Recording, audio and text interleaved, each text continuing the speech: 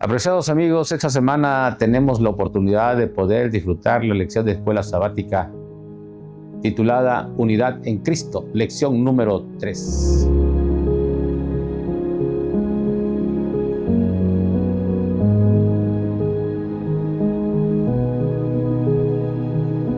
Y el propósito de la lección haciendo énfasis en la unidad, y tomaba de ejemplo el reino animal, de cómo en el reino animal los grupos viven, los grupos como los lobos, las hormigas, las aves, delfines y otros animales viven en grupos. Y estos grupos, de la manera en el reino animal, también presentan situaciones de conflicto o un ambiente difícil, y puede haber problemas en el reino animal.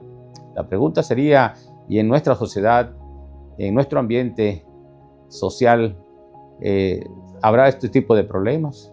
Y es interesante notar que la sociedad hoy en día de igual manera lucha por un asunto de supremacía, distinción, posiciones, y así también en nuestras iglesias, con toda seguridad, se forman facciones, grupos de liderazgos, y el liderazgo carismático influye mucho en nuestro ambiente religioso. El ambiente religioso de tal manera permea hoy en día, pero ¿qué podemos decir en los tiempos del apóstol Pablo? El apóstol Pablo enfrentó situaciones de esta naturaleza en la iglesia de Corinto, y no solo enfrentarlas, sino cómo superarlas, cómo salir adelante, cómo vivirlo de una manera correcta. Y la única manera correcta de poder salir adelante es la unidad en Cristo. Unidad en Cristo. El problema, de tal manera, este tópico de la semana, uno de los tópicos interesantes resaltaba acerca del problema de los grupos cerrados en la iglesia. Estos grupos establecidos tienen un propósito, y cuando están bien encaminados serán una gran bendición. Y el apóstol Pablo exhorta a que no haya este tipo de divisiones, situaciones conflictivas, y la iglesia perfectamente unida en una mente unificada y un mismo parecer. Y la Biblia nos aconseja de manera oportuna en 1 Corintios 1:10, que fue el tópico central de la lección de esta semana. Hermanos, os ruego por el nombre de nuestro Señor Jesucristo que os pongáis todos de acuerdo, y que no haya divisiones, sino que estéis perfectamente unidos en un mismo pensar y en un mismo parecer. Unidad en propósito, mente, ideales. ¿Y qué es la unidad? El diccionario de la Real Academia Española dice que es la propiedad de todo ser en virtud de la cual no puede dividirse sin que su esencia se destruya o altere. Así es que esta parte, cuando hablamos de unidad, es un completo indivisible, porque cuando esto se rompe, prácticamente entramos en una faceta de desunión y ya el concepto de unidad se rompe. Así es que de esta manera, el peligro de crear grupos con liderazgo humano, y Pablo aborda este tópico de esta situación y de esta manera. 1 Corintios 1, 12 al 13 nos exhorta y nos dice la Escritura: me refiero a eso que cada uno de vosotros dice, yo soy de Pablo, yo soy de Apolos, yo de Cefas y yo de Cristo. ¿Y acaso Cristo está dividido? ¿Fue Pablo crucificado por vosotros? ¿O fuisteis bautizados en el nombre de Pablo? De tal forma, entonces, es peligroso crear liderazgo humano, y el apóstol nos advierte de que los hombres mencionados hace un momento y el peligro de seguirlos a esa tendencia humana y pecaminosa es un riesgo. En la sociedad siempre ha existido el problema de integrar un solo plan, una sola meta, un objetivo, un propósito, y el ponerse de acuerdo, ya que cada persona piensa diferente, y ese es un gran problema en la diversidad de ideas y propuestas. Cabe mencionar que la diversidad de ideas es muy buena, pensar de una manera diferente, porque todos fuimos hechos de una forma diferente. La forma de percibir el entorno que nos rodea es bueno, pero Al mostrar esta actitud podemos caer en conductas inapropiadas. Y la lección de esta semana hacía énfasis a esas conductas inapropiadas que nuestra mente puede desviarse con conductas equivocadas o pecaminosas. Y Romanos 1:29 decía acerca de estos elementos que son pecaminosos, conductas inapropiadas como la injusticia, la fornicación, la perversidad, la avaricia, la maldad, llenos de envidia, homicidios, contiendas, engaños y cosas malas. Y sigue diciendo de igual manera, ahondando más el concepto en Romanos 13:13, es que andemos como de día. Y me gusta esa parte de andar como de día. Bueno, andar como de día, y más adelante dice, honestamente, dándole énfasis a que el ambiente de día y una manera honesta se conjuga de una forma correcta. Y advierte que no andemos en situaciones desaprobadas como la glotonería, la borrachera, en lujurias, lascivias, no en contiendas, no en pleitos, no nos metamos en problemas. Y eso fue lo que decía el apóstol Pablo en el pasado. La pregunta es, hoy en día, ¿vivimos en ese ambiente? Y con toda seguridad, de esas conductas que acabamos de mencionar y a esa falta de unidad de los grupos que lejos de unificar, corren el riesgo de provocar divisiones. Dado que la mente del ser humano se mueve con una tendencia al mal, es propicio, es tierra fértil para esas conductas desaprobadas. Otro tópico de la semana mencionaba centrados en Jesús. Y me gusta cómo el apóstol Pablo centra su enfoque en que el elemento principal es Cristo. Es el único fundamento donde todos debemos llegar, permanecer, estar ahí, unidos en una misma mente y en un mismo parecer. Cristo es el eje central, unificador, que no solamente en el ambiente cristiano, sino en el mundo y el entorno, el eje principal. Nuestro Señor Jesucristo es y debemos centrarnos en Él. El apóstol Pablo hacía énfasis en que 1 Corintios 1:13 y hacía referencia a que acaso Cristo está dividido, o fue Pablo crucificado por vosotros, o fuiste bautizados en el nombre de Pablo. Y bueno, aquí el fundamento principal es Cristo y el ser humano queda prácticamente desplazado porque Él es la parte importante, y el apóstol hacía énfasis en este elemento que es Cristo Jesús. Así también mencionaba, ¿acaso todos fuimos bautizados en el nombre del Padre? Todos fuimos bautizados en el nombre del Padre, el Hijo y el Espíritu Santo, y somos parte del cuerpo de Cristo. No somos cualquier cosa, somos algo maravilloso. En las manos de Dios, Pablo lo dice de esta manera. Y 1 Corintios 12:27 menciona, vosotros sois el cuerpo de Cristo y cada uno es miembro en particular.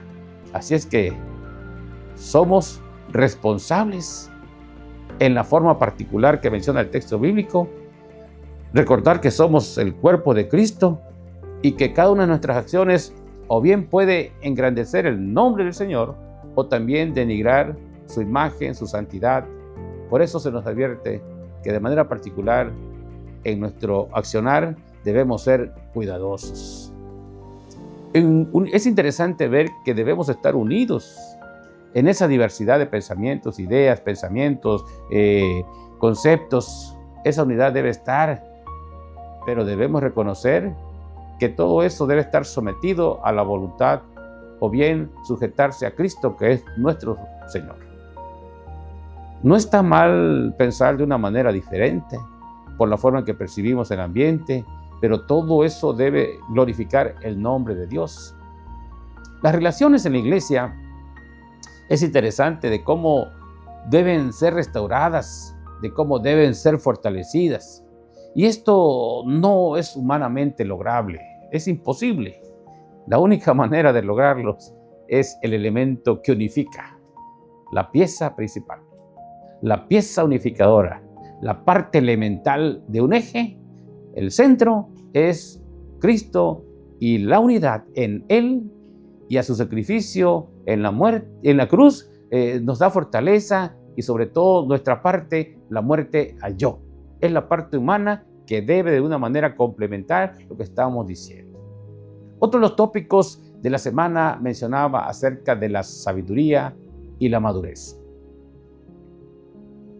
Es interesante que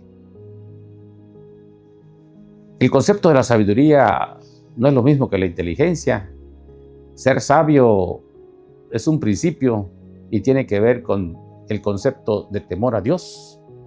Pero es interesante recordar entonces que para que se logre esto y sea una fortaleza, en los grupos que tenemos, y esos grupos que son importantes, cuando el grupo es abierto y es un ambiente que no está cerrado, de esta forma el grupo refleja dignamente a nuestro Señor. Y la unidad en la iglesia es muy importante porque le da salud espiritual. Debo sincerarme de manera personal y preguntarme si mi salud espiritual edifica o distorsiona el ministerio de Cristo. La lección de esta escuela sabática esta semana precisamente, y quisiera detenerme en esa parte, la llamaría una parte central del estudio de esta semana, si mi participación en este concepto de la unidad y mi forma de vivir el ambiente espiritual, ¿estoy unificando o estoy provocando lo que más adelante podría ser la parte contraria a la unidad, que es la división? La división es contraparte a la unidad y bueno, la división está compuesta o se complementa con conceptos de competencia, rivalidad en la sociedad. No edifica y cuanto más la iglesia sufre y la obra de Dios se ve afectada. La madurez espiritual, Pablo la presenta de una manera, en una analogía descrita en 1 Corintios 3, 1 al 3, donde toma elementos que le dan solidez. Y él hace énfasis donde menciona en este texto de 1 Corintios 3, 1 al 3, dice: no puede hablaros como espirituales, sino como a carnales, como a niños en Cristo. Os di a beber leche y no alimento sólido, porque aún no erais capaces de digerirlo, ni lo sois todavía, porque aún sois carnales. Pues mientras haya entre vosotros celos, contiendas y disensiones, ¿no sois carnales y os portáis como la demás gente? No podemos vivir así. Y Pablo nos aconseja, nos clarifica que la madurez espiritual conduce al cristiano a buscar la sabiduría. ¿Y dónde podemos encontrar la sabiduría? Si fuera algo que pudiéramos conseguir a la vuelta de la esquina, iríamos a conseguirla, un punto ya definido, pero es interesante de cómo lograrlo. En 1 Corintios 2, 6 al 7 dice: sin embargo, sí que hablamos con sabiduría entre los que han alcanzado madurez en la fe, pero no con la sabiduría de este mundo, ni de los poderosos de este mundo que perecen, sino que hablamos de la sabiduría de Dios, misteriosa, oculta, que Dios predestinó para nuestra gloria desde antes de todos los tiempos. Así es que la madurez espiritual, los cristianos con esta enseñanza saben conducirse. En este ambiente de madurez espiritual, Hebreos 5, 13 al 14, y dice: todo aquel que participa de la leche es inexperto en la palabra de justicia, porque es niño, pero alimento sólido es para los que han alcanzado madurez, para los que por el uso tienen los sentidos ejercitados en el discernimiento del bien y del mal. Poder discernir el concepto del bien y el mal es porque la persona se ha consolidado, porque ha vivido y ha experimentado, porque ha transitado, y de tal forma el que es de Cristo participa en esa madurez, en ese crecimiento. El que es de Cristo edifica la iglesia. Y cuando edifica la iglesia crece, la iglesia se consolida. Al vivir en este ambiente no provoca divisiones o grupos que no avanzan. Y de esta forma, en esa solidez, esos grupos dan grandes resultados en el ministerio, la obra de nuestro Señor Jesucristo. Un tópico más de la lección de escuelas sabáticas hacía referencia a un servicio como el de Cristo. Y el cristiano debe conocerse por sus acciones por su conducta, por su énfasis de lo que se espera de un seguidor de Cristo. Y un seguidor de Cristo, bueno, 1 Corintios 4, 1 al 2, la gente debe considerarnos como servidores de Cristo y administradores de los misterios de Dios. En el mundo grecorromano existía mucha competencia en la época floreciente de la cultura griega, la cultura romana. En los tiempos de Pablo existía competencia entre filósofos, políticos, pensadores, líderes religiosos, los encumbrados intelectuales de ese entonces. Y la iglesia de esa época se vio influenciada por ese ambiente, esas prácticas culturales. Y me surge una pregunta, hoy en día, ¿será que nuestra sociedad vive lo mismo? ¿Se ve involucrada en ese ambiente y afecta ese ambiente en nuestras relaciones hoy en día? No estamos exentos y por eso tenemos el firme compromiso, el propósito como servidores de Cristo de hacer las cosas con humildad y sin vanagloria. Filipenses 2, 3 al 4, me gusta cómo lo expresa y dice: no hagáis nada por rivalidad o por vanagloria, al contrario, hacedlo con humildad, considerando inferiores a los demás, y que no mire cada uno por lo suyo, sino también por lo de los demás. Así es que hacer las cosas, me gusta, con humildad, en un concepto de no vanagloriarse, en un concepto de edificación para la obra de Dios. Es interesante entonces la parte aunada a lo anterior, que debemos aprender a morir a elementos que traemos ya de una manera natural, y bueno, morir al yo, a la abnegación, y ser llamados administradores fieles.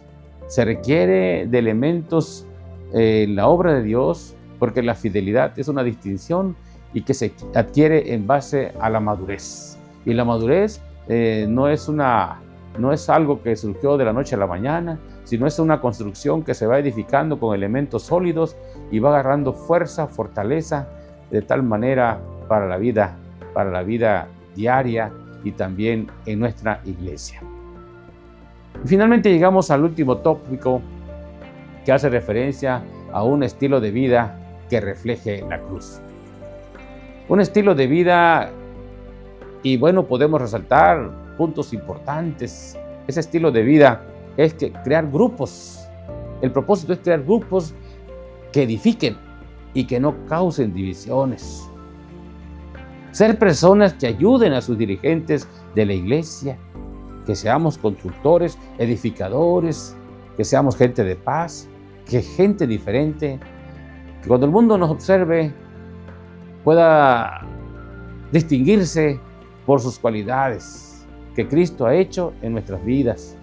Es interesante también en el ambiente que nos rodea no seguir ideales humanos, como el apóstol Pablo nos exhortaba en el pasado. No seguir ideales humanos.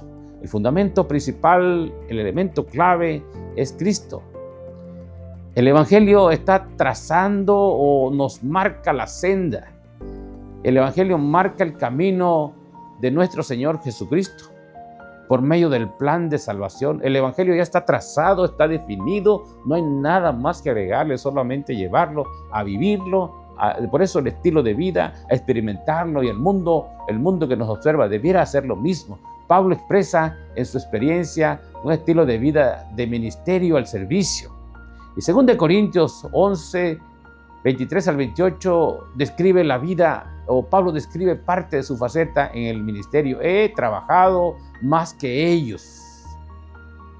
He estado en cárceles, he enfrentado peligros de muerte, azotado con varas, una vez apedreado, 3 veces he sufrido naufragio, peligros de ríos, peligros de ladrones, peligros de minación, fatigas, he padecido hambre, sed y me he quedado sin comer, he sufrido frío, desnudez. Además de todo esto, cada día pesa sobre mí la preocupación por todas las iglesias. El estilo de vida de Pablo que nos hace de una manera tal, o que se esfuerza por la causa de Dios. Y finalmente, un texto bíblico del libro de San Juan, capítulo 17, 21, 23, Dios quiere que lleguemos todos a la unidad de la fe. Y el texto bíblico que voy a leer del libro de San Juan, capítulo 17, 21 al 23, y que la escritura en esta parte dice de esta manera: para que todos sean uno, como tú, oh Padre, en mí y yo en ti, que también ellos sean uno en nosotros, para que el mundo crea que tú me enviaste. La preocupación de Dios de la unidad. Por eso el propósito de Dios de enviar a su Hijo para restablecer las relaciones rotas y situaciones que sucedieron en el pasado y que puedan ser restauradas solamente en Cristo. Esforcémonos por la unidad en nuestros hogares, en el trabajo, la sociedad, pero sobre todo en nuestra iglesia. Y con toda seguridad, todas estas acciones de vida se tornará una bendición a nuestras vidas. La unidad trae bendición. Y Dios desea, así como en el pasado, una relación distorsionada que se rompe, pero Dios, en un gran esfuerzo y un sacrificio, al morir en la cruz, une esos lazos rotos para volver a restablecer esa unidad. Y esa unidad en Cristo es el propósito de esta lección. No podemos ser nada separada de Cristo. La Escritura menciona: sin mí nada podéis hacer. Así es que Cristo es la fuente, el éxito, el propósito de nuestra vida. El eje principal es Cristo. Vivamos en Él. Aprendamos a vivir en unidad y cuidado con aquellos elementos divisorios, distractores de nuestra sociedad. Que Dios bendiga a su iglesia y que siempre seamos colaboradores en la obra de Dios. Bendiciones para todos.